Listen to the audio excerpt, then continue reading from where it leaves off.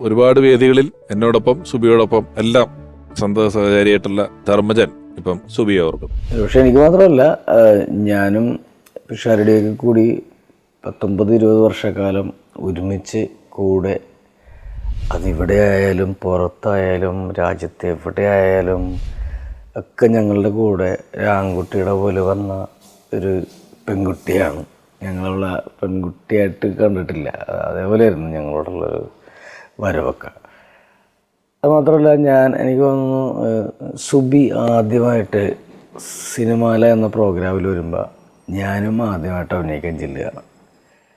ഞങ്ങൾ രണ്ടുപേരും ആദ്യത്തെ ദിവസം ഒരുമിച്ചാണ് സിനിമാല എന്ന പ്രോഗ്രാമിൽ പങ്കെടുക്കുന്നത്. ഞാൻ പിന്നെ അന്ന് അഭിനയിച്ച് കഴിഞ്ഞിട്ട് പോന്നു. സുബി ഭയങ്കര ഹിറ്റായി. പിന്നെ ഞാൻ കുറേ കാലം കഴിഞ്ഞിട്ടാണ് സിനിമയിലൊക്കെ പങ്കെടുക്കുന്നത്. ഓർക്കുമ്പോൾ ഭയങ്കര സങ്കടമാണ്.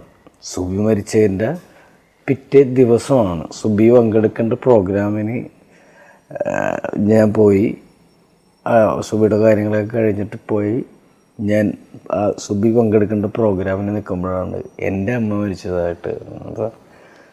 തലേദിവസവും പിറ്റേ ദിവസമായിട്ടാണ് 2 വിയോഗങ്ങൾ. അത് മാനസികമായിട്ട് വളരെ തളർത്തിക്കളയുന്ന 2 വിയോഗങ്ങളാണ്. ഇപ്പോഴും സുബിയുടെ വീട്ടുകാരായിട്ട് നമ്മൾ വിളിക്കാറും പറയാറൊക്കെ ഉണ്ട്. എൻ്റെ വീടിൻ്റെ തൊട്ടപ്പുറത്തെ സ്റ്റോപ്പിലാണ് അവൾ വീട് വെച്ചിരിക്കുന്നത്. പ്രോഗ്രാമിന് പോകുമ്പോൾ ഒന്നുമില്ലെങ്കിൽ അവൾ ഇവിടെ വരും. ഇവിടെ വന്നിട്ട് നമ്മുടെ വണ്ടി എടുത്തിട്ട് നമ്മൾ തെക്കോട്ടാണെങ്കിൽ അങ്ങോട്ട് പോകും, വടക്കോട്ടാണെങ്കിൽ ഇവിടെ നിന്ന് വണ്ടി എടുത്തിട്ട് സുബിയുടെ വീട്ടിൽ ചെല്ലും. അവിടെ നിന്ന് നമ്മൾ വടക്കോട്ട് യാത്ര ചെയ്യും. എന്ന് പറഞ്ഞ പോലെ ഒരുപാട് ഓർമ്മകൾ സുബിയുടെ കാര്യത്തിൽ പറയാനുണ്ട്. അസാധ്യ കലാകാരിയായിരുന്നു. നന്നായിട്ട് ഡാൻസ് ചെയ്യും, കോമഡി ചെയ്യും. കുറേ കാലം ഒരുമിച്ചുണ്ടായിരുന്നു. എത്ര വർഷമായിരുന്നു സിനിമാലയിൽ സുബി ഉണ്ടായിരുന്നത്? എനിക്ക് തോന്നുന്നു 1999 തുടങ്ങി, അതെനിക്കറിയാം. പിന്നെ ഒരു കണ്ടിന്യൂസ് എനിക്ക് തോന്നുന്നു ഒരു 15 years എങ്കിലും 99 സുബി തുടങ്ങിയിട്ടുണ്ടെങ്കിൽ നിർത്തുന്നവരെയും സുബി ഇടക്ക് ചിലപ്പോ പുറത്തൊക്കെ പോകുമ്പോ ഉണ്ടാകാറില്ല. എപ്പിസോഡിന്റെ എണ്ണമല്ല, സിനിമയുടെ ഭാഗമായിരുന്നു. 1000 episodes വരെ 20 years ഇതിലപ്പോ അന്ന് തുടങ്ങി. ഞാൻ പറഞ്ഞില്ല, ഫസ്റ്റ് ഓപ്ഷൻ സുബി, അത് കഴിഞ്ഞിട്ട് വേറെ ആളുള്ളു ഫീമെയിൽ. ആ ലെവലില് അത്രയും എപ്പിസോഡുകൾ TV ചെയ്യുന്നതിൻ്റെയോടൊപ്പം തന്നെ നമ്മളിൽ പലരൊക്കെ ഇടയ്ക്ക് അങ്ങോട്ടും ഇങ്ങോട്ടൊക്കെ പോവായിരുന്നെങ്കിലും ഞാൻ നേരത്തെ സിനിമ കംഫർട്ട് അല്ല എന്ന് പറയുന്ന പോലെ തന്നെ ഈ സുബിക്ക് ഈ പരിപാടി വിട്ട് വേറെ എവിടെയെങ്കിലും പോകണമെങ്കിൽ പലപ്പോഴും ഡയാന ചേച്ചിയുടെ അനുവാദം മേടിക്കലുണ്ടായിരുന്നു.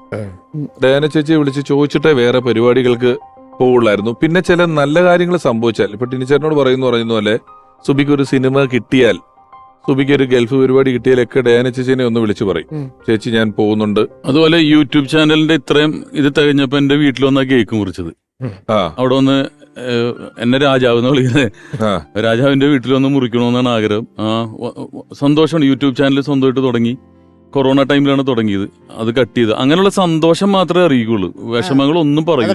ടിന്നിനോട് ഭയങ്കര റെസ്പെക്ട് ആയിരുന്നു. അതുമല്ല, ഈ ടിനി പറഞ്ഞ പോലെ ഒരിക്കലും ഒരു സെറ്റ് ബാക്സ് പറയുമെങ്കിലും അതും ചിരിച്ചിട്ടേ പറയാറുള്ളു. പിന്നെ മമ്മിയാണ് പുള്ളിയുടെ എല്ലാം. ഒരു വാക്ക് പറഞ്ഞ അടുത്ത സെന്റൻസ് മമ്മീനെ കുറിച്ച്. സെൽഫ്ലെസ് ആണ് പുള്ളി. സ്വന്തം കാര്യത്തിന് വേണ്ടി ഒന്നും ജീവിച്ചിട്ടില്ല പുള്ളി.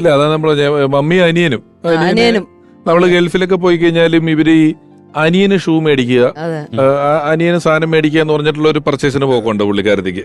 എല്ലാ അനിയന്റെ കാര്യങ്ങൾ നോക്കുക എന്നുള്ള പരിപാടി. പിന്നെ ഇടയ്ക്ക് ചില ബിസിനസ് മോഹങ്ങൾ വരും.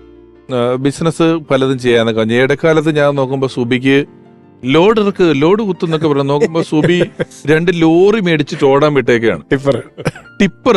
നമ്മള് ഒരു പെങ്കൊച്ച് ഇപ്പൊ സാധാരണ രീതിയിൽ ഇവിടെ ഏതെങ്കിലും പെങ്കൊച്ചുങ്ങള് ബിസിനസ് തുടങ്ങിയാൽ ചുരിദാർ കട, ഈ ഇപ്പം പല നഖം ഒട്ടിക്കുന്ന കട, അതൊക്കെയാണല്ലോ ഒരു പെൺകുട്ടി പെട്ടെന്ന് ബിസിനസ്.